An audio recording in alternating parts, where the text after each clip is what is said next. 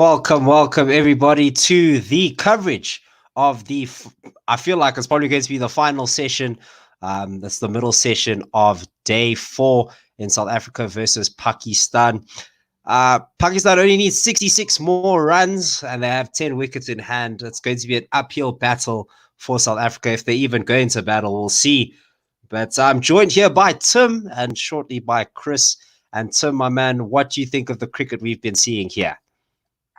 Good morning, everyone who's into the listening in from all over the world. Look, Pakistan was always going to be a difficult challenge. Not just the team, but the conditions.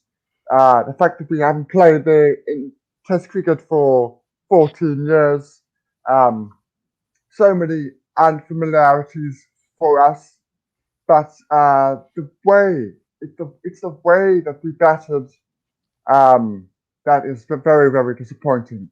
It's not the fact that we scored 245, it's just the way that we have gone about it. Apart from Rassi van der Dussen and Markham, it's been a very poor showing.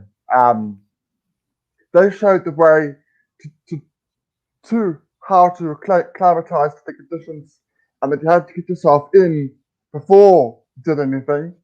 And what happened afterwards was just a train smash, really. It was just poor on all grounds.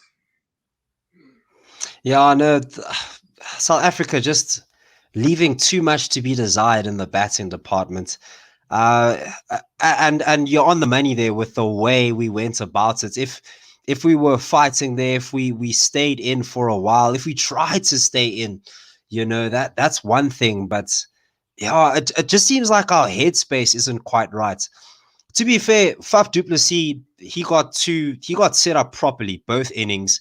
But the problem was when he came in, they were all set up, and the tendency of when one falls, many fall in the South African lineup. This collapsing tendencies is not something I enjoy watching. I must be honest. And we just need some sturdier heads, some calmer heads in the dressing room. I feel like Quinton de Kock just isn't the person I'd turn to, like, hey, Cap, my brew, things are getting intense. And he'd be like, look, man, just calm down. It's all going to be all right. I don't think he has the experience. Well, he has the experience, but he doesn't have the demeanor to do that. As we're seeing Nortje coming into the attack here, he's bowling to Abid Ali, and he's got him. Oh, strikes immediately after lunch. Oh, Nortje, you beauty.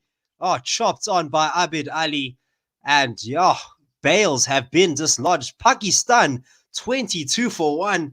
Now that's something that will bring a smile to my face.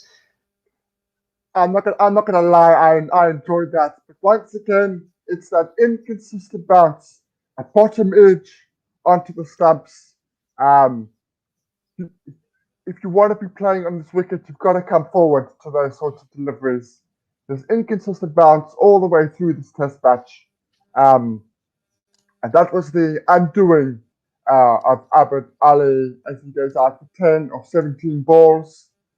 Maybe, just maybe, there might be something in here for South Africa. Tim, I want to believe me, I want to, but the batsmen just not giving enough to the bowlers to work with. I mean, they're already a quarter of the way through, and we're not even a quarter of the way through the wickets. It's 22 runs, and they only need 66 more. So, as much as fantastic fight back from the bowlers, it's just too much to be desired from the batting. But the match goes on as Azhar Ali is probably going to be the next batsman in, according to ESPN Cricinfo. Looks like that is the case. Yes, Azhar Ali is in. A great start by the South Africans here right after the break. This is what we want to see. This is the type of fight that we were talking about in terms of the way we go about playing this test match. We're going to lose. Let's lose with a fight, man. You're saying? Couldn't agree more. Couldn't agree more. So we have Azhar Ali coming into the middle here. He's played 83 tests. This is probably his 84th. High score of 302. So we're dealing with quality here at an average of 42.8. This is more than just quality. This is that number 3 batsman being the best in your lineup. So a big wicket here for the South Africans. Maybe we could continue working with this variable bounce. Maybe Keshav Maharaj, if he gets a bit of consistency, he could operate bowling into the rough. But this one, a lot straighter. Very good delivery, good line, good length. It's played to the offside by Azhar Ali. What is? Yeah. This is very sort of Pakistan normal cricket pre-2009. You have to get yourself in. If you get yourself in, you can score big. But until you get yourself in, it's a challenge. It's always going to be difficult to score. We saw with Markram and Rassi, it was difficult at the start. Once they got in, they became more and more solid. And this one blocked. This one well outside off stump, and Butt gets the pitch of the ball, smothers this down. For no run. Is this Chris? Oh, Chris, the boy. I didn't even bother checking the updated timetable, and I didn't see that I was supposed to be on. So a message from a pause brought me back. Yo, dude, you thought you were gone. You thought this test match was already over. But a wicket has brought you back from the dead, resurrected. Yeah, I still got to see that. Although I was eating breakfast whilst watching it now. I've scampered back. Lovely wickets. Really, you can see there's a pumped up Heinrich Nortje as well. Yeah, very pumped up. And this one, a Yorker length and blocked out by Butt. Okay, not quite a Yorker length, but very, very full and blocked out by Butt. All to do for the South Africans, gents.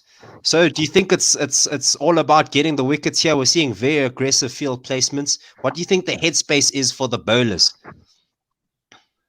They just want I don't know, maybe just... Sorry. They just want to get as many wickets as possible. Put as much pressure on Pakistan as they can.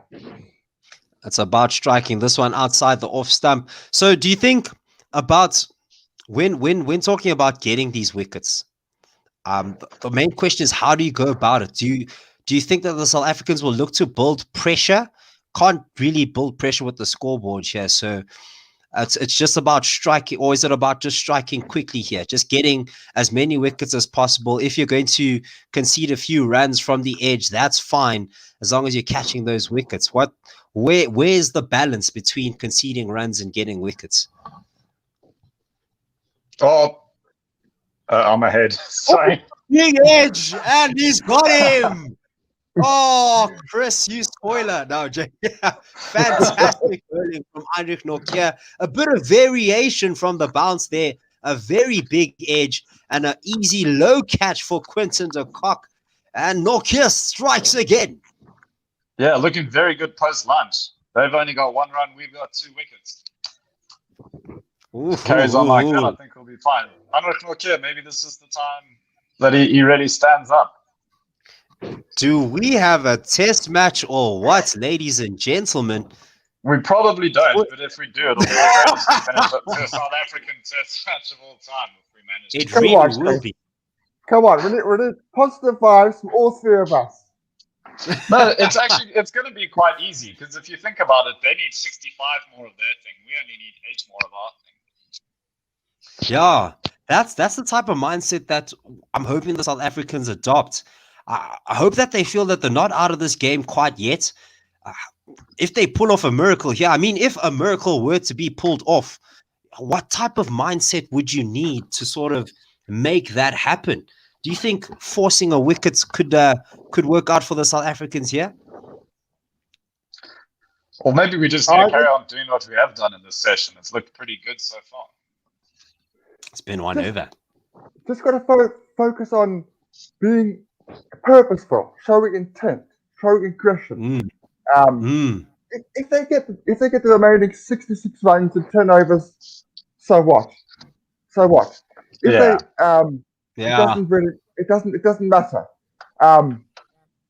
If in the process we get 6 wickets and they win by two wickets, we can say it's a moral victory, and we can take that forward Rawalpindi. I will If we can all, definitely if take we, a if we can 6-wicket all, victory. Yeah. Sorry, if we, Tim, please. if we get all 8, then it's everything. It's the cherry on the top. Ooh, Rabada into the attack here. And this one, whew, caught the bat pretty high. Another edge. Ooh, we're in for all money here. A lot of And I movement from think the new ball. the other thing is we need to keep this intensity and this energy up. You can see Anrich Nortje was genuinely pumped.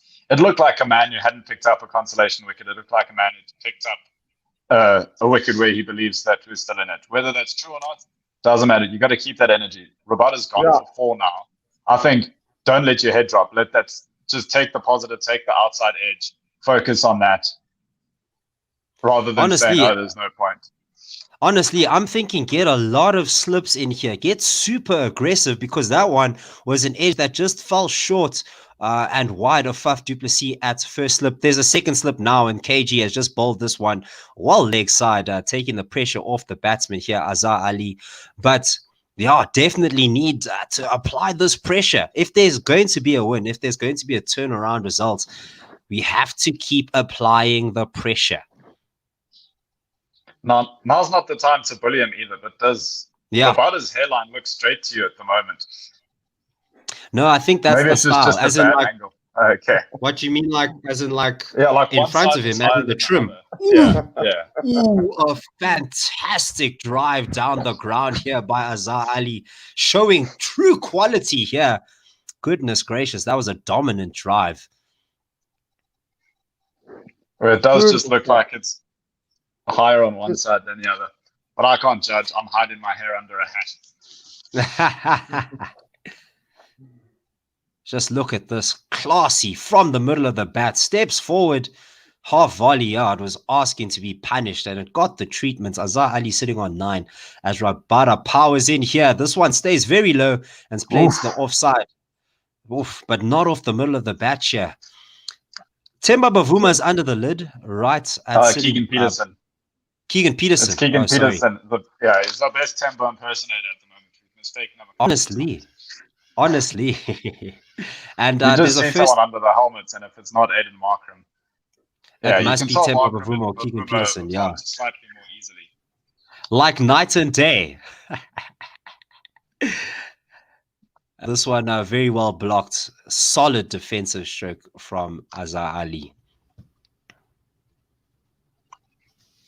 Maybe a slightly expensive. Sorry. I don't want to get too excited, but what is the lowest total Pakistan have made in Test cricket? Is that you asking because you know, or would you like me to go find out? I would like you to look it up.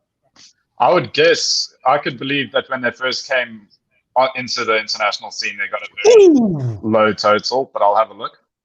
A very thick edge. This one goes to point, and that ends the over. 331 for 2 after how many overs? Can't see how many overs. I think it's 9. Pakistan's lowest total is 49 against South Africa in Johannesburg 2013. Tim. Anything can happen. And honestly, this pitch has offered a lot of variation to all types of bowlers. Variable bounce for the pace bowlers. The rough has given the spinners a lot to work with, especially the left armers. So we're not out of this game quite yet. Not quite yet. I would have hoped that there would have been a few more runs on the board. But yeah, very, very well done here. Babar Azam, the captain, is on strike. He's going to face Nortje. Nortje powering in this one, a very well bowled ball. Going for the stumps and very well blocked by Babar. So unlike Pakistan, our lethal weapons are our pace. Even though the pitch is turning, our strength once again is relying on our out-and-out pace bowlers. And I think that makes sense whilst we still have a relatively new ball as well. These guys can still get enough movement that it is threatening. Very well blocked by Babar Azam here, getting that back foot out. We have a few tweets here. One from Ravi, the heavy roller ready, saying, "No care, you beauty." I love that. Love that. And another one here. Perhaps you can get to know who the tallest bloke is. That is probably a reply to another tweet. Oh yeah, Maybe. it's Marco Janssen. So Oh, wow. here's the picture of our team photo. Marco Janssen, 6'9". He's 20 years old. I think he was the leading wicket taker, or the second highest wicket taker in the recent first class comp, just behind Sean van Berg. He's also got a twin brother who I think 6'7". Yeah, both 20 years old, and he can bat a bit as well. He's part of the extended squad. I doubt we'll see him get a game, but one to look out for in the future. Oh, shout out. Thanks for that tweet, Ravi. And this one blocked to the offside for no run. And I think him being sick. Sorry. No, I was just going to talk about a tweet here, another tweet from Dr. Dan, or another sketch rather from Dr. Dan Diaper. That's an impression of the National Stadium, Karachi during the first drinks interval of the first day, and lots of compliments. And this one, Baba sort of leans back to avoid this one, but leaning very far away from that ball as it goes to the keeper. Yes, you were saying, Chris. I think if he does make his debut, I'd imagine he's our tallest ever international player for South Africa anyway, 6'9". I think we've had some tall players, but no one that sort of size. Yeah, I would tend to agree. I don't think there's anyone taller. Although he's no Mohammed Hassan, who is 7'1", tallest ever international cricketer. Thanks for that. That's actually, I was about to ask. Fact. And this one blocked to the offside for no run. Guys, you know what? Totally boggled my brain. For the first time ever, I saw Graham Smith live in front of me. And this oak is huge. Yeah, he's probably 6'2" or 6'3". Yeah, the TV doesn't show how big this oak is, bro. He always looked like a block, but not like a whole log, bro. Yes, that man is big. And I mean, he didn't seem small, but some guys that kind of seem small are still quite tall. Like Joe Root is 6 foot, where he doesn't have that sort of presence at the crease. Yeah. Damn.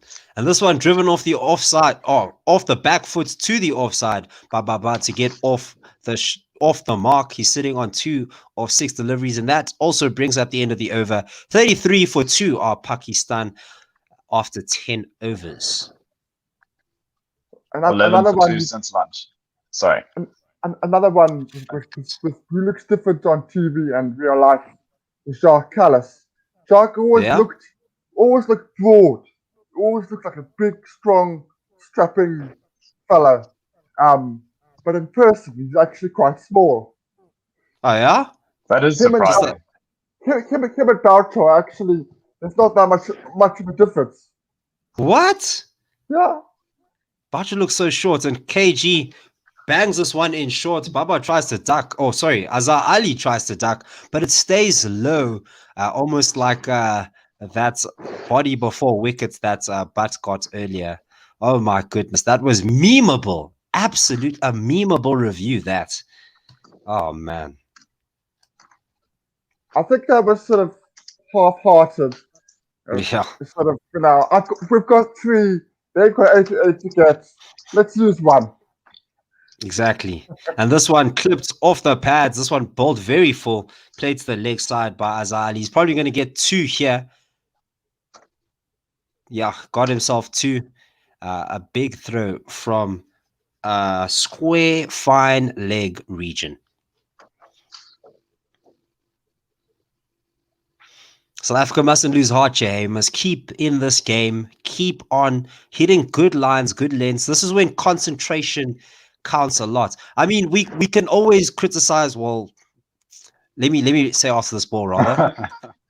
Well blocked for no run, and you can always get criticism for doing well in your own conditions, or when talking about the Sri Lanka series, you could say, oh, that wasn't a full strength team. I'd like to see the South African team under pressure. And these are those moments that we want to see them.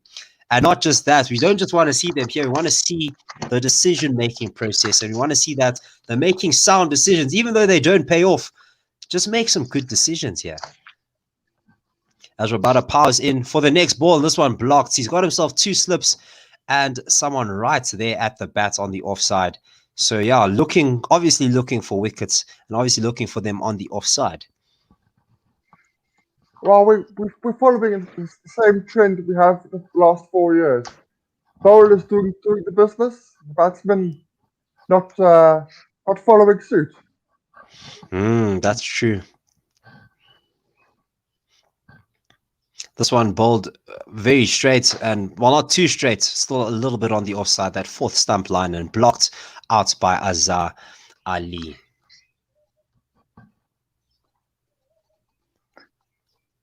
You'd imagine, from what we've seen from Rabada just in the past and the sort of player, we know that he'd be able to even manufacture some intensity, bring that aggression given the circumstances. Although maybe we don't want him to bring too much if we want him to play the next game. But I think he's someone who could get fired up in the batsman's face. Yes. And this one left as that ends the over. Pakistan sitting on 35 for 2. Within limits, I agree, yes. We don't want him to be out of the next test. Thank you very much. No doubt about it. Unfortunately, the pitch not offering a lot of bounce here. Maybe KG would have given the batsmen some balls to wear, so they could really earn these 88 runs. But yeah, you got to work with what you've got. When the conditions aren't in your favor, you've got to, as you say, Chris, manufacture some intensity here. And yeah, both of these bowlers, I guess also the Delhi Daredevils opening bowlers, Nortje and Rabada, they did brilliantly there. They bowled well in tandem. They can both bring that intensity. 145 there. Sorry. Yo, hot speed there, and that one just blocked to the leg side for no run. Some tic-tac-toe here and some questionable decisions from these players sometimes, but this one ends up in a draw, and that's how all Norton crosses should end, honestly. Hey, he had two prepared. He had 2 prizes. They knew what was going to happen. I think these are do you think these tic-tac-toes are legit, bro? I think they're very rigged. Yeah. This one bowled very full and blocked. Yeah, no, some fixing there. Apparently they get these leather diaries, bro. So they're probably chatting to each other. Hey, bro, let's not lose a leather diary. Let's both win this. I know that Daryl Cullinan lost, and that guy, bro, that guy's been taking a lot of flack. Leather diaries rather than leather jackets, getting them to fix games there. Wasn't that the Hansi thing? Didn't he get a leather jacket as part of his? Are we going to have a proper inquiry? Ooh. Oh, and that one's kept very low. Very, very good delivery. Nortje is on the money here. This is a quality bowling display from Nortje. Very straight. LBW was if Baba missed this with his bat, LBW plumb in front of the stumps because he had to play this on the back foot. Oof. I guess Nortje knows either way that it's not going to be an extended spell, and he can pump it up and bowl as fast as he can. Not going to die wondering here. This is like slogging, but like classy slogging if you're a batsman. This one once again keeping low around the same line, going for that leg stump. But Baba did well to keep that out. I would like to see the occasional Yorker between these two. I would like to buy a hamburger. No, I'm joking. Yes, I agree. An occasional Yorker. Yeah, that was a fuller length delivery would definitely add a bit of variation, and I like that he's bowled these 2 short to keep the batsman true, and then a fuller delivery would definitely change it up here. Class bowling once again from Nathan Nortje. Or Heinrich. Heinrich, sorry. Who's Nathan Nortje? Oh, I know a guy whose name is Nathan Nortje. That's Heinrich. Thank you. I knew it sounded wrong when it came out. Nathan, dude, if you're listening to this, if you're listening to this, tweet in, bro. Tweet in. And yeah. We'll actually take any Nathan, even if it's not Nathan Nortje. If your name's Nathan, tweet him. We need Please. all the tweets we can get. There should be some sort of sponsorship, bro. Like what? Like a tweet collection drive. The way you make it sound like we need these tweets, bro. At Gorilla SA. And this one blocked to the offside for no run. Or Yeah. tweet me straight. I'll read them out no matter what. At Gorilla SA, at Chris Tyndale, take your pick. Yeah, you can even Well, tweet. You could even tweet at T Taela, TTHAELA. I'll read out those tweets as well. And give them a follow Yeah. whilst you're at it. Yeah. Shout out. Even Tim, the cricket guy. So, what's your handle again? Tim32_cricket. But I don't think This there's is- anyone who doesn't follow Tim already. So Yeah. we're preaching Tim's to the the man. converted. Fair enough. I'm always happy to receive more. I'm always happy. KG Rabada powering in, and this one played to the offside for no run. I love how shamelessly we were just giving ourselves some clout. Hey guys, Yeah. give us a follow. 100%. This match might almost be over, but look, bro, our tweeting campaign never dies, bro. Yeah, no, we're just doing research for any prospective advertisers to sort of see the reach that we get. If we suddenly get a few followers, we know we can offer that to real advertisers. That's all very it is. smart. I think we could actually do some very smart advertising. This blocked to the to the offside for no run. If you want, we could get some teacups that just drink right here on the YouTube feed. Yeah, some quality product placements. That's definitely what you want to see. We have seen some subscribers to the One Born Sports Radio during the test match, so thank you for everyone who's done that. Shout out, guys. And this one, almost crept under the bat. Kept very low, and Azhar Ali kept this one out. Yeah. Bowling in tandem are these two fast bowlers. We've been talking about partnerships being the name of the game, but that was more for batting. But a bowling partnership here is just as important. Because obviously one will play the role of aggressor and the other one will just either try to hold up the other end or at least build up the pressure here. And we're seeing that with these two bowlers, Kagiso Rabada. Oh, and this one played off the back foot. It was in the air for a while. A very good shot by Azhar Ali, a release shot. But Keshav Maharaj running from cover will pick this one up and they will get the 2 runs. That's actually interesting. You sort of talk about the guy who holds up an end and the aggressor. And I think throughout most of his career, Rabada's been allowed to be that aggressor. If you have someone like Vernon Philander or Dale Steyn at the other end, they can do a very good job holding. And for a long time, Rabada was a little bit expensive for getting lots of wickets. And that might have to change as he becomes the more senior bowler in the side. He might be the one who ends up trying to hold up an end a little bit more, especially if the other guy's Anrich Nortje, who can be that enforcer, that really aggressive bowler. Exactly, and this one blocked for no run by Azhar Ali. Now, I Very good definitely point. agree with you, and something that I'm interested in seeing is how the younger players sort of get into those senior roles, how they grow into those senior roles, and how they evolve. Let's take an athlete like Cristiano Ronaldo, who used to in Manchester United be an aggressive player on the wing, as this one pitched in very short but played to the leg side for no run. And that's the end of the over, the end of the 13th over. Pakistan 37 for 2. Azhar Ali on 13 and Baba on 2. But yes, just saying, Cristiano Ronaldo, the way his career evolved, he used to be a very flashy player coming down the wing, lots of skill, lots of pizzazz and all that. But when he moved to Real Madrid, and he had the likes of Gareth Bale and very quick players around him, he had to just score more goals, and that's what ended up happening the more he grew. So I definitely like to see something similar from the senior players, your KG Rabadas, or Faf du Plessis as well at the other end of his career here. So yeah, Quinton de Kock as well. This one blocked for no run as Heinrich Nortje comes from the other end.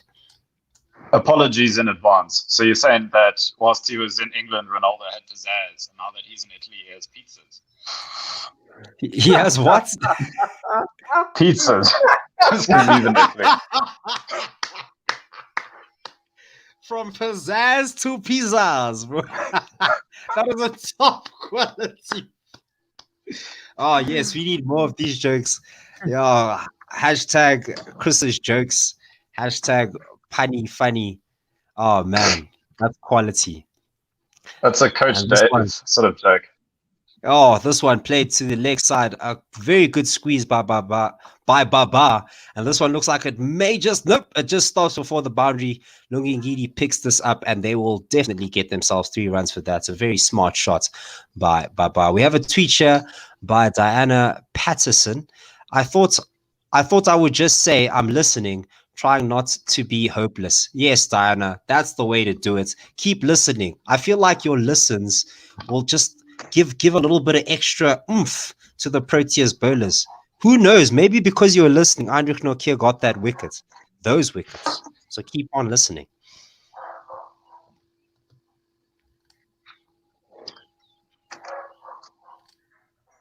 Yeah, Just good can't- early run of wickets. They've consolidated a little bit now. Partnership 17 runs or over 5 overs now. They're doing very well with only 48 runs left to get, as this one squeezed to the leg side for no run. Mid on picks that up. Yeah, they've consolidated very nicely, and this is exactly what we would have expected anyway. Maybe the opening batsmen just were a bit careless with their wicket there. No, to be fair, Heinrich Nortje was bowling fantastically. So yeah, as long as it's not a 10-wicket victory, that's what I'm happy about. As Heinrich Nortje powers in, this one blocked to the offside. One thing that's very noticeable about this Pakistan side is they all seem together as a team. Every time the cameraman zooms up to the dressing room, they seem in laughter, they seem enjoyment. There's nobody there just lounging around, half asleep. They seem to be a real unit. And you have to take into consideration what a bad series that was against New Zealand. So they, in terms of the atmosphere around the camp, it looks like a very happy one. So I don't No know doubt what was about said. it. I don't know what was said or what was done after that series, but whatever it is, it's certainly brought them together. This one played to the leg side for no run, and I couldn't agree more, Tim. Honestly, is it Waqar Yunus or is it Yunus Khan, the coach, after Misbah-ul-Haq. Rizwan Misbah-ul-Haq? Is it Misbah-ul-Haq? No Yeah. ways. Yeah. Yes. Oh, I'm thinking of Yeah. Inzamam ul Haq. Sorry, I was thinking of Inzamam, and I was like, no, that guy looks too skinny to be Inzamam ul Haq. But yes, lots of smiles there. He was holding Yasar Shah very intimately there, giving him very happy hugs. Oof. And this one kept very low as it reaches Quinton de Kock. Ooh, wow, 2 bounces before de Kock Nochal. And that ends the Yeah, over. this 40 whole for 2 are Pakistan. Seeming to have a lot more pleasant time with this team than Mickey Arthur's. Always looked like he's going to be pulling his hair out, which has sort of continued now that he's with Sri Lanka. He's a potentially stressed out man, Mickey Arthur. Yeah, actually, hey, phew. I wonder how coaches go around. How do they get contracted by these teams? I wonder who's coached the most international sides, because Mickey Arthur's now up That's to 4, I think, which is Great question. Because Because it was South Africa, Pakistan, Sri Lanka. Australia. Did he You're in coach South Australia? Africa, Australia. Yeah, South Africa, Australia, Pakistan, Sri Lanka. Hectic. That's already 4. This one bowled and blocked to the offside by Baba as KJ Rabada still continues his spell from the pavilion end.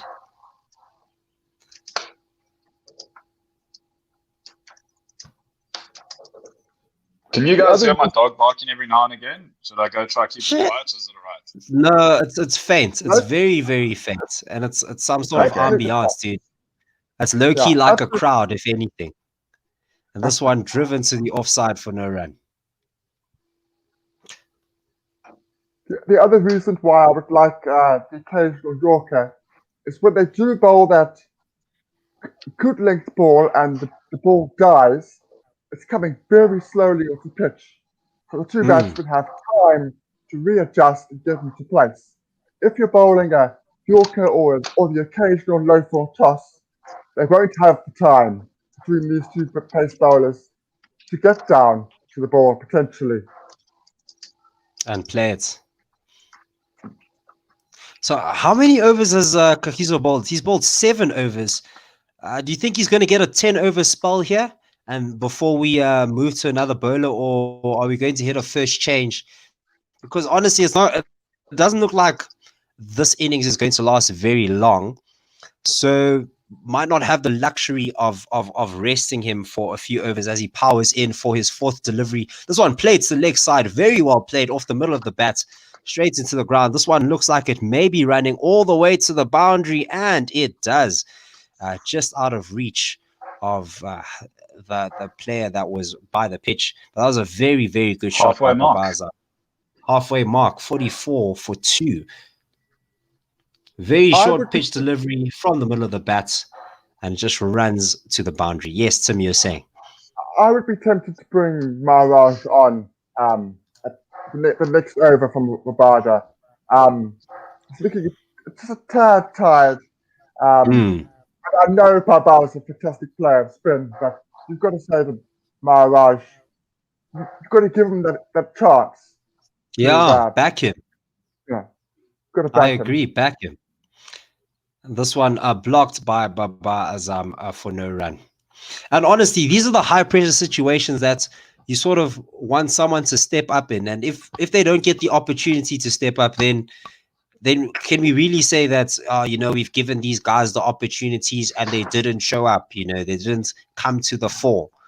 So, yeah, it's about time that he gets the opportunity to do something for South Africa here. Yeah, agreed.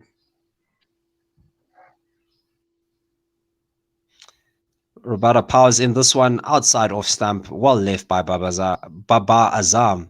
And that is the end of the over, 44 for 2. Yeah, partnership up to 21 runs now, 7 overs. That's, insignificant generally, a 21-run partnership. But in a chase like this, it really does change the complexion of the game. No doubt about it. Well, change. I wouldn't say change. Because, the complexion of the game is very much in Pakistan's favor. So just I guess solidified a couple of quick Nokia wickets, I thought, if we're in here, but they've managed to stem that pretty quickly. Yeah, that was, true that. Nokia continues from the university end, and this one just played to the offside for no run. Nokia is the type of bowler that you can ask him to bowl 9-10 overs on the trot. No, he will be happy to keep going if you ask him to power in. No doubt about that. Do you think he's going to get 10 overs here, or are we going to turn to other bowlers, give them a chance? I think Nokia will stay on longer than Rabada.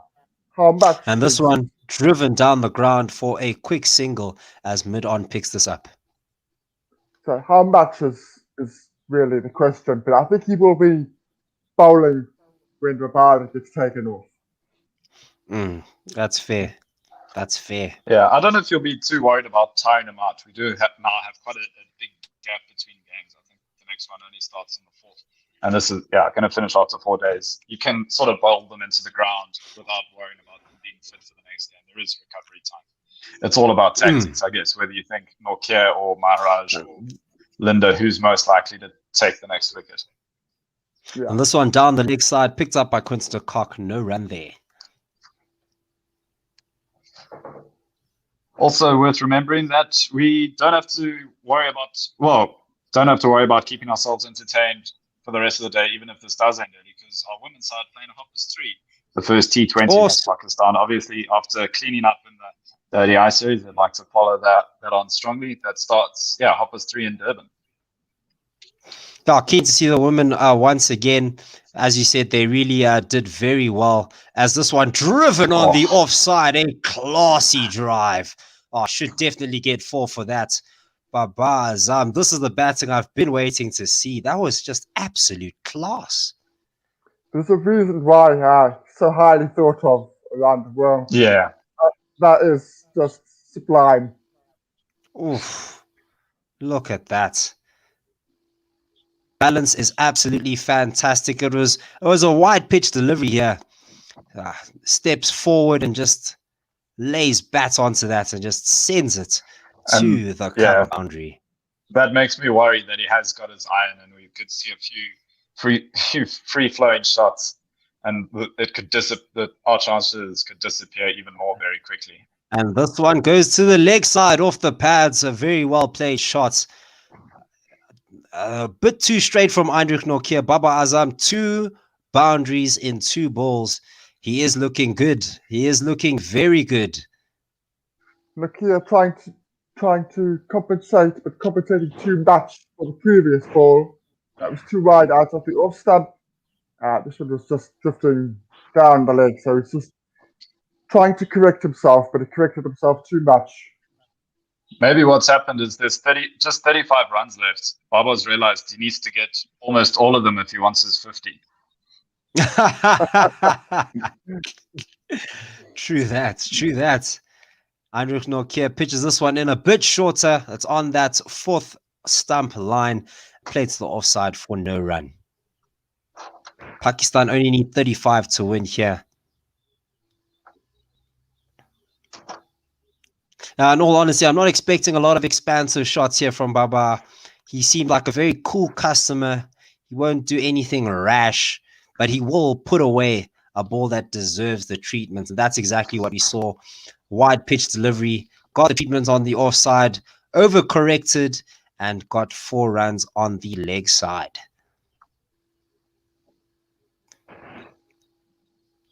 We've seen a huge number of eagles around, and now we've seen some seagulls as well. Apparently they're called kites. Yeah, kites. I don't know. Yeah, I do know. Could be wrong. I was just bad at recognizing which birds were, whether they're eagles, hawks, kites. Your boy doesn't know any balls. Yeah, I don't know any birds. That's what Simon's about. I just heard this on another commentary. How do you get into bird watching, Oaks? Where is there like a bird watching club in like Joburg? I'm sure there are a few bird watchers. Guys, if you're a bird watcher, we'll connect you with Simon because Simon's very into his birds. If you're a bird watcher, please tweet in, be like, hey, come watch these birds with me. As Lungi Ngidi comes into the attack, replacing Rabada from the pavilion end. I could be wrong, I'll correct a little later. This one squeezed to the leg side. Looks like it's trickling its way to the boundary, but they're just going to get themselves 3 runs in the end. I'm the opposite. If I go to Kruger and I see a bird, I go right past it, and I'll look for anything other than a bird. You shouldn't be looking for birds at the Kruger. You must look for a bird at Nikki Beach. I was about to say, I hope Dave's not listening because I feel like Dave would have made that exact joke. If you want some mint birds, bro, you gotta hit Jollies on a Saturday. Camps Bay. Oh wait, you're in Camps Bay. Oh, sorry. Yes, Cape Town. Where do you find birds in Cape Town? A very powerful back foot drive from Bababa. This one goes straight to cover. Yes, and that was a shot and a half, eh? Woof. I don't think we need to turn this commentary session into a boys' club. We can just keep talking. Almost.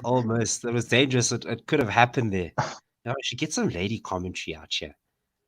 Oh, we do have a few. The problem is they either moved to because Lesejo was one of our great female commentators, but she's now got more permanent gigs with CSA. She does a lot of the interviews, and she was just too good and got promoted up the ranks, and now doesn't really get to commentate with us anymore.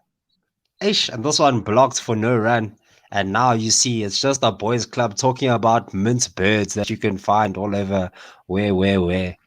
Guys, if you know where to find good birds, Tweet us at Gorilla SA. Tweet. Hey. Ken's actually quite good at birds, I think. I think he's quite good. Who? Ken. Oh, Ken. You know, oh, Ken, oh. we do Ken. commentary Yeah, with. Ken. Sorry. I just Two of us are I still talking about literal nature. Seth was on his own little mission. Oh, and Baba plays another fantastic cover drive, pierces the gap between cover and mid-off. And this one goes for 4 once again. This man is looking in very good, Nick. Time to get spin on, boys. Time to get spin on. Yeah, it's the time now. Lungi Ngidi wasn't the right decision. Not quite the disciplined bowler. That's not his reputation. So now he's just getting new balls that are coming onto the bat too nicely. So yeah. One does wonder how the complexion of this game might be different if Shamsi was in the side rather than Ngidi. But yeah, not really worth ifs and ands. Can only look forward. Yeah, of course. But hopefully Fair you'll play him. Hopefully you'll play Ropindi. I do hope so. I really do, yeah. I can see myself disappearing soon. I've turned my camera off now to try save a little bit of battery. Even though my phone's charging, it's going down. I'm on 1%. You guys might lose me at the beginning and at the end of this session. No worries. Hectic, Chris. Gonna have to get you a new phone there, hey, yo. But Most on of the time, real it's gentleman. a perfectly fine phone. It just cannot handle streaming. I see. Lungigidi pitches this one in a bit short and it goes to the leg side for no runs. And that's the end of the over. 60 for 2 after 17 overs. Gents, this game, 28 runs away from being wrapped up. What are the South Africans going to need to say to themselves after this match? What are they going to say when they go back to the drawing board? Your batting was crap. To put it bluntly, yes. Yes. Sorry. First innings, your batting was rubbish. And that's what cost us. If we'd scored another 100 runs there, I reckon 180 on this wicket, it would not have been a cakewalk. I think 180 would have been a challenge. Yeah, no doubt about that. Lots of runs that could have been got by the likes of Rassie van der Dussen with his unnecessary wickets. Temba Bavuma also pushing for a second run that wasn't necessary. Quinton de Kock also. And the problem is that there's just too many of these unnecessary wickets, like 1 or 2 from time to time, if they're spread out, but now 3 in an innings, that's not what you want to see. It's good to see George Linder's coming into the attack here now, hopefully trying to get some turn from the university end. Hopefully he'll be using that rough area that's got a lot of turn for the Pakistani bowlers. Oh, but he seems to be coming from around the wicket here, and this one driven. Oh, and a misfield by Rassie van der Dussen is going to give them 2 extra runs, and that's not what we want to see. No. I hope Maharaj is at the other end, because if he's not, I would be very, very angry if I was him. He's the number 1, and you're probably the number 2. Yeah, I'm not sure what the plan is here for the South Africans. This one blocked to the offside. Maybe just give George Linder a bowl on this track. Maybe they feel that this game is basically dead and buried, and let's just let the youngsters get a few balls there. It's like bringing someone. Maybe it's really looking forward to the next test, because we need to decide on who our bowlers are. Maybe let Linder do something to prove himself for that next test and the limited runs we have left to defend. And this one cuts to the offside and picked up there by the fielder. No run. Yeah, let's just hope that George Linder takes this opportunity. Was really hoping that he would have taken the opportunity with his bats to really stamp his authority on that position, as this one is left by Azhar Ali. To really just stamp his authority on that position, but unfortunately falling for 11. It was quite a delivery, but yeah, it is what it is, eh? Indeed. So do we exchange George Linder? Do we say you've had your chance and you didn't take it in the one match and give an opportunity to someone else, or do we continue with George Linder? Because now, if you're looking at the One Day Cup, you can definitely see the likes of Carl Verena being missed at the Cape Cobras now with a very shabby season, and even Keegan Peterson. So where do you find the balance as this one once again left by Azhar Ali? That ends the over 62 for 2 are the Pakistani. So where do you find that balance between keeping the domestic depth strong and international cricket? Well, for this series anyway, we needed to just bring a very big squad as backup in case there was, I think, COVID issues was the main concern. We took 21 guys out there. Obviously, neither Verena or Peterson are really competing with Linder for a spot. I think his main competition would come from Vian Mulder and Shamsi in either form, whether you see it as spin competition or all-rounder competition. We spoke about it, and I think I've been converted to the thinking that if you're going to have two spinners, you want them to be doing different things, and maybe you bring in Shamsi and Mulder and take out Ngidi and Linder. And then you've got two different spin options, and you've got a dependent middle order batsman in Vian Mulder, who can also obviously do enough with the ball.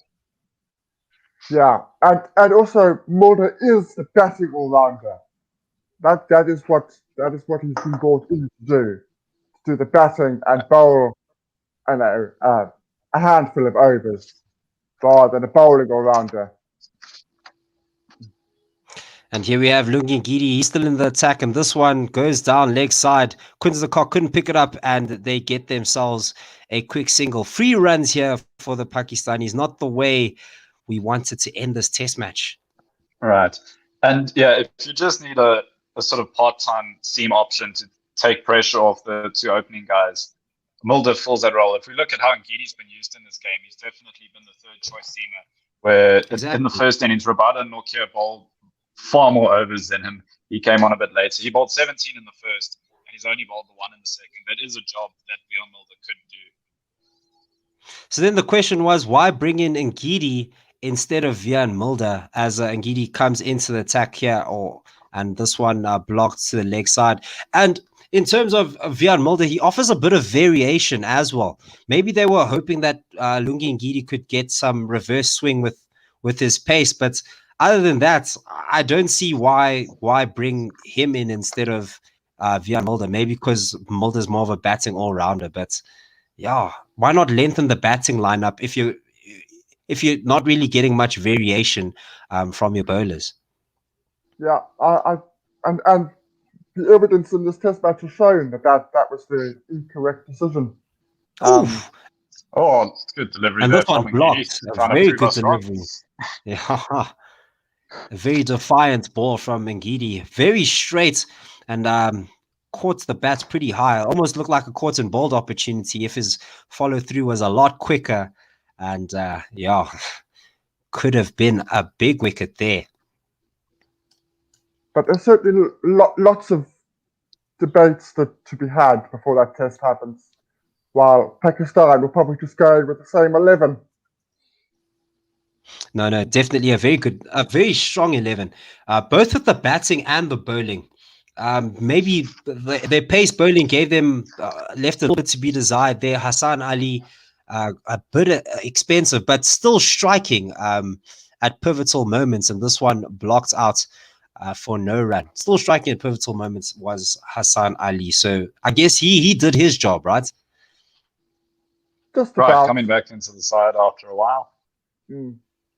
And I don't think it's not like there's other seamers in the squad that are banging the door down. They do have a couple of other options, but there are also uncapped players. No doubt. So how long do you think it will take for a player to cement their position? How many good score? For example, let's take Aiden Markham, for example, whose position I feel has been cemented by the innings he had. The second innings, this one, a very, very powerful block on the offside, making Maharaj run from the mid-off region. I probably got 2 runs off that. Yes, I think it was 2 runs, and Pakistan sitting on 65 for 2. But yeah, how long does it take for... Sorry. Yeah. No, please continue. You got my question. Yeah, to answer that question, I think it works little by little. Like you described Markram as cementing his spots. I don't know if it's cementing, but he's got himself a game. He's got himself the next game. He's not going to be dropped. He's played well enough for that, and then he needs to do enough in that next game to sort of play himself into the Australia series. I don't think he has a massive part to overcome, but if we see him fail in both innings, maybe we won't see him in the Australia setup.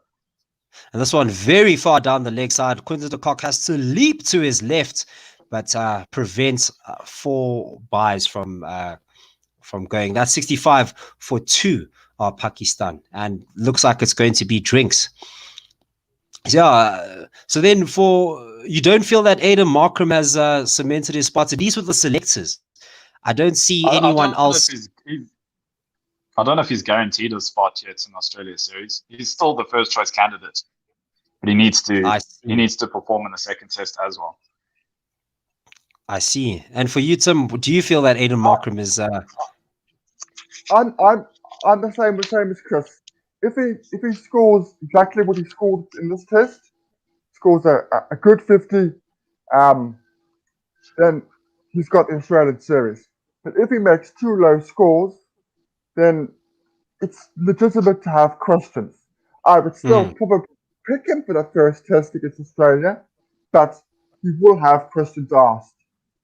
You do have Paul Ervia waiting in the wings, who has had a very, very good season. Averages considerably higher than anybody else. Knows his game in a similar vein to Brassie, knows his game exceptionally well. So he is waiting on the wings there if Markram does fail. But for the time being, Markram is number 1, and he does deserve to be in the second test, definitely. So then, following on from that question, what's the period of time that you get if the selectors say, okay, we're giving you a chance? My question is, how long is that chance? Is it a series? Is it 2 series? Obviously, you'll extend that chance if you perform well. But what if you are like, I don't know, what if Sarel Ervia, his debut test was in Pakistan, and he's on a pitch that just spins too much variable bounce? Is that like a fair chance for the opening batsman? It's also difficult at the moment because South Africa aren't playing a lot of tests. You don't have that many to negotiate with. You want to give batsmen an extended run. I think you want to give them more than a single series. But when we're not playing that much cricket, it's difficult because 2 series is almost the whole year. The whole year or half the season. Sure. Yeah, I tend to agree. So, speaking hypothetically, you would give him this entire series of Pakistan and the entire series of Australia. Whoever it is, hypothetically, 5, 6, maybe 7 tests. That would be there are lots of caveats to that, but around about that would be around about fair. Speaking of which, you don't want to look too far forward, and we haven't got our squad for against Australia yet, but you can infer a lot of the selections by our T20 squad, because anyone who's playing the T20s against Pakistan probably won't be able to play the test against Australia. And I noticed that Luther Sipamla is just about the only fast bowler from this tour, along with Dwayne Pretorius, who've been included, which makes it seem like Luther Sipamla is not really in the test frame anymore, which is surprising given the fact that he's had such a limited run, and he did all right in that run. He might be a bit disappointed. Yeah, but the thing about Sipamla is that there are just so many bowlers ahead of him, if you could say that. I mean, Nortje and Ngidi, Rabada, they're basically set. And since Sipamla is not much of a batsman, Wiaan Mulder goes ahead of him on that front. So it's unfortunate that he has to doesn't get a chance, but George Linder is into the attack here from the university end. Could be the university end. Yeah, he started on the university end. He's into attack from the university end. This one blocked for no run. But if there's no space for you, then there's no space for you. You know what I'm saying? Yeah, but if one of those frontline seamers goes down, then suddenly it is Sipamla competing with guys like Bjorn Hendricks, probably as the next option, and you think he should be I see. at least in that frame. I see. That makes sense. This one cuts to the offside to a fielder, but just for a single. Pakistan sitting on 66 for 2. 2 balls into this over. But I guess you can take... Sorry. What's important in that context is communication. The Cricket South Africa says, right, we want you to play in Pakistan because we want you to play cricket. Oof. And this one swept by Azhar Ali, almost hitting that $500 sign there. That he almost got himself 500 US dollars, but a very good sweep for 4 runs, and that takes Pakistan to 70 for 2. That I would say is the most crucial part. You are still in our plans that you won't be playing in Australia, but that doesn't mean you're not going to be there for the next series. We just that's very fair. It's not. Yeah, it's not like he's not playing for South Africa at all. He is still going to be playing in these T20s. It's a smaller squad. I think he'll have another look to the T20s, so he's more likely to get a game. And this one short and wide, cut on the offside. A bit of a misfield from cover that was running back to get that one. But yeah, 72 for 2 are Pakistan, slowly creeping to that 88 run target. Not very far away now. We don't have any dates just yet, do we, Tim, of the Australia series? Nope. It's all provisional. We have absolutely nada. That's what, 16 runs to get you. It's all provisional. So it's the end of February when it's supposed to start. Right. Oh, just around about something date there. And so we just lost coverage there. Yeah, tell you Super Sports decided that we've suffered enough. And then we don't have any more coverage. Enough's enough. Enough playing. So we're going to give you ball by ball from ESPN Quick Info. The last 2 balls of that over were both dots. And at the end of the 20th over, Pakistan are 72 for 2. Or should we just go do the Big Bash game? Do some live cricket. Do some live cricket at the Big Bash. We have got momentum. Momentum today. Wait, as in the sponsor's momentum, or there's a team that has momentum? No, the One Day Cup. Oh yes, we have that. One Day Cup. Cobra's live. Is that live? Oh, right now. Fantastic. Let's give you a score update there, as nothing much has happened. Cobras are 100 for no wickets. Fantastic. Who's in there? Both Malans. Fantastic. That's good to see. That's good to see that we have domestic cricketers knocking on the door of the Protea setup. I don't want people to get too comfortable and too complacent in their Proteas positions. Yeah, we're waiting for Ngidi to continue his 3rd over here, or to start his 3rd over, as this one blocked a big appeal. But now that is drifting down leg very easily, and overthrows. Guys, please. We're better than this. Is that 2 overthrows? Yeah. A shy at the stumps from square leg. And yeah, 2 overthrows. A wry smile from Quinton de Kock. Ugh. South Africa are obviously playing 9 holes this afternoon. Want to get out here quick, bro. Just let's wrap this up here, Lungi. Yeah, if you're not getting wickets, if you're not getting wickets, at least give some runs, bro. Just half and half here. And Ngidi powering here, and we just lost coverage, but I can tell you that has been spanked for 4 runs by Baba Azam. Another boundary here, taking the deficit way down, only 10 runs to get now for Pakistan. And that's not what you want to see. Oh, we just got some coverage here. Off the back footer drive. He didn't even have to run for this one. He knew it was 4 as soon as it left the bat. Yeah, beating short cover and just racing to the boundary. So, yes. That's a worrying trend for the second test match. Babar Azam in prime form. That's not something we want to see. Not something we want to see, but it's something that could quite happen. You have to negate that very, very quickly as Babar Azam plays this to the leg side for no run. Do you think that South Africans target any batsman in particular? I heard Mark Boucher's press conference was we're just going to stick to our own game. You know, we're not going to target anyone. Is that a wise way of going about things, or because I feel like Faf du Plessis was set up both innings? You know what I'm saying? We had things like in the first innings. I mean, let's put this innings aside. We did have leg slips and short legs and sitting bit off certain batsmen, and then we didn't have for other batsmen. But we did seem to have a sort of within those fields a game plan of bowl at the wickets and they'll eventually get out. There wasn't a sort of there wasn't a plan, a second plan. There wasn't a look here, I must bowl round the wicket and bowl at the ribs. That never happened. I was waiting for that to happen, and it never happened.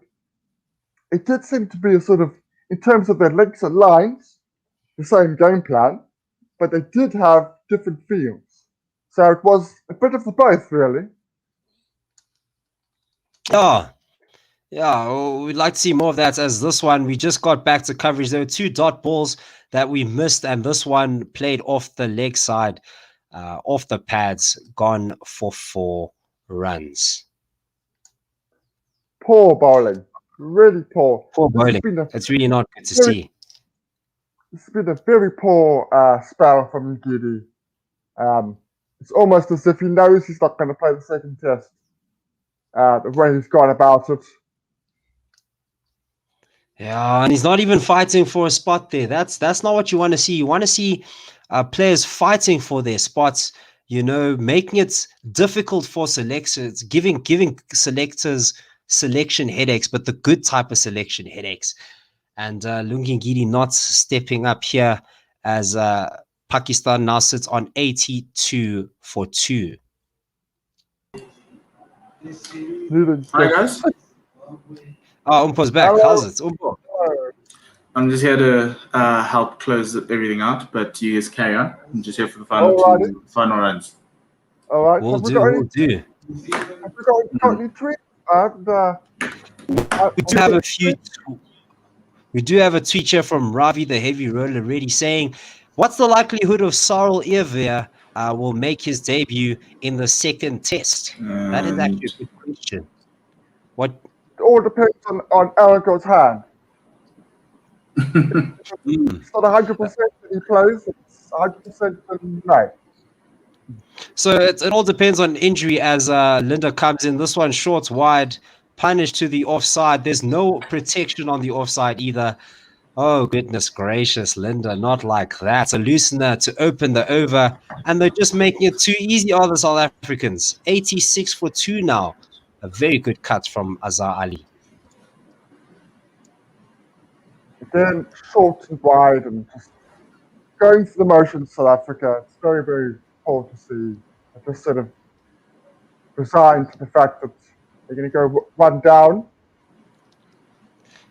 Yeah, well, it was disappointing. I think Kagiso opened up an end, but it wasn't to be. Obviously, Baba and Azhar being that experienced, but you kind of felt that they're really thrown in the towel with the bat early on. Yeah. No doubt about that one. That one blocked to the offside for no run. And we're going to see another ball here. Just 2 required. And this one blocked once again. We have one tweet from Paul Butter saying, "I want to listen to your local commentary. I enjoyed the independent commentary of the UK Gorilla Com.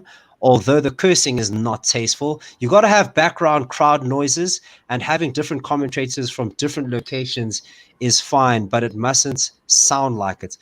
There's a lot to unpack there in that tweet about comms, Paul. We'll get back to that just now, as this one driven to the offside for no runs. In terms of the background noises of the crowd, when we have our normal setup, then we'll have that as a bed. But right now, this remote setup is making it difficult. We even have jingles, man. You should listen to our jingles. Our jingles are fantastic. But unfortunately, we don't have a computer to do that for us, as George Linder bowls this one and it is blocked for no run. But before getting into those comments, you mentioned something about throwing in the towel with the bat. Much. At what point did you feel that South Africa threw in the towel with the bat, Umpo? No, look, I kind of felt the moment.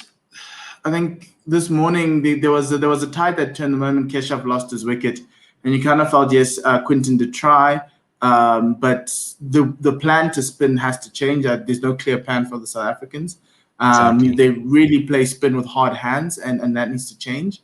And you kind of felt the moment Quinton's wicket fell, they were up against it, and to a certain extent, yes, George Linder and Timber tried, but they were up against a mountain, and you have that feeling that they arrived today with those 4 wickets down, and they just didn't know how to get themselves out of it, which is quite disappointing. South Africa have a tendency of starting days very flat, and this wasn't a day where you needed to start flat. Not at all. And Keshav Maharaj is coming into the attack here now. He's going to take over from Lungi Ngidi, who is coming from the pavilion end. And I must agree with you. It did feel like we threw in the towel, and we do need to change our plan to, a big appeal here. That one looks very good and has been given. Maharaj strikes immediately as he comes in, and Baba Azam was caught in front, but he sent that up immediately. And that's the type of fight that we want to see. That's how we want to end this game. Love to see it, Maharaj. It looks very good. Tim, what do you think of this? Well, quick question. Why didn't he bowl instead of Linder? That's all I really have. And if we didn't hit it, that's very close. It might be umpire's call on the off stump. If we didn't hit it. Yeah, it could be quite close. But I'm sure Tip will take us through the DRS. Yes, and Ultra Edge shows that just passes the edge of the bat. No heartbeat there. And this is crashing onto the thigh pad as Baba Azam is stepping very far forward. You can just see a little bit of a hint of that off stump. So the impact is definitely in line from the naked eye. But as you guys said, this may clip the stumps. Umpire's call, if anything. But yeah, I definitely think Keshav has got his first wicket here. We're having DRS here, pitching in line, impact in line, and hitting the wickets. The Reviews lost a fantastic ball here by Keshav Maharaj. A fantastic fight, even though it is a futile fight, but a fight nonetheless. Okay, so go back to my original question. Why did he not bowl instead of Linder? If you had resigned to the fact we were going to lose and you wanted to give Linder some overs, why did you bring Maharaj on with 2 runs left? I just don't know. It's difficult to say. I think the game is already lost. As Umpo said, the game was already lost in the South Africans' heads, and they just decided, you know what, let's plan for the next test match. But it's unfortunate to see that when right after that Maharaj comes in and almost spitefully gets a wicket, saying, you guys suck for not bringing me in. Like, I've been here all this time. And honestly, I feel like I feel like Keshav's been a bit hard done in these 2 series. The Sri Lanka series where he was just basically a fielder, and this series where he got a few balls in the first innings, but I don't feel like the captain's backing him enough. At least in South Africa, you can't necessarily back him. Yeah, at least in the Sri Lankan series, you can't really blame Quinton because Sri Lanka put up such a poor fight. Yeah. By the time it was time to bring him on, they were already out or 8 down or something. So I'm not going to be critical of him there, but I am going to be very critical of him today. I can't get my head around the fact that they brought him on with 2 runs to go. Either you bring him on when George was bowling, or not at all. I'm completely bamboozled by that. Honestly, gentlemen, this the Quinton de Kock captaincy, the more every day it just becomes more and more annoying to take. If I'm being very honest, if the plan was okay, guys, we're just having him here in the interim. Why do that? Why not hoy in? If Aiden Markham is the guy, hoy him in. Maybe there's like a bit of inconsistency there, but now we're losing runs as Maharaj bowls this one to the new batsman Fawad Alam, the Centurion from the first innings. This one blocked right back to Maharaj. But honestly, like gents, I don't see this interim captaincy plan as a good one. This one offside run. It's compounded by the fact that Markham has not cemented his place. If he would cement his place over the last 6 months and he was averaging over 45, then he would be the captain. He's not cemented his place. That's the problem. And nobody in that top 5 outside of Alongar is absolutely cemented their place. And that's the problem. My question as Keshav Maharaj bowls this one, Fawad gives himself some room, and that is the end of the game. 4 runs for the Centurion from the first innings, and that is it. Pakistan have won this by 7 wickets. A very well played game. Yeah, so thanks, guys. Just to apologize to everyone. We had some technical issues. The stream went down for a moment as this game ends. So Pakistan do win this game. They win this one by 7 wickets. I'm going to let you guys have the conversation. I love the fact that Tim assumes that Aiden's going to be captain, but we shall discuss this later on. But yeah, so just what are your final thoughts on this test match and what South Africa need to do just to close it out? I'm going to start. Oh, sorry, Tim. I'm going to start. Thank you. I'm going to start with this tweet that Ravi, the heavy roller, sent in. While the batting in general has been appalling, we actually lost this game in the first innings, and that sums up the test match very nicely. Lots of runs that we could have gotten there from the likes of Rassie van der Dussen, Quinton de Kock giving his wicket away cheaply. Just the lack of experience is showing, and it's not very pretty to look at. So hopefully we go back to the drawing board, and what I want to see next game is that we learned some lessons from this game. That's all I want to see, honestly. Okay. Yeah, I agree with all of that. There are positives on that. We saw the way that Markham and Rassie batted. That's how you bat in these sorts of conditions. But there are lots of problems with the batting overall. But there are positives to focus on. The bowling was good in general. We gave Pakistan lots to think about with the ball. We could still win this next test and draw the series. There's all to play for.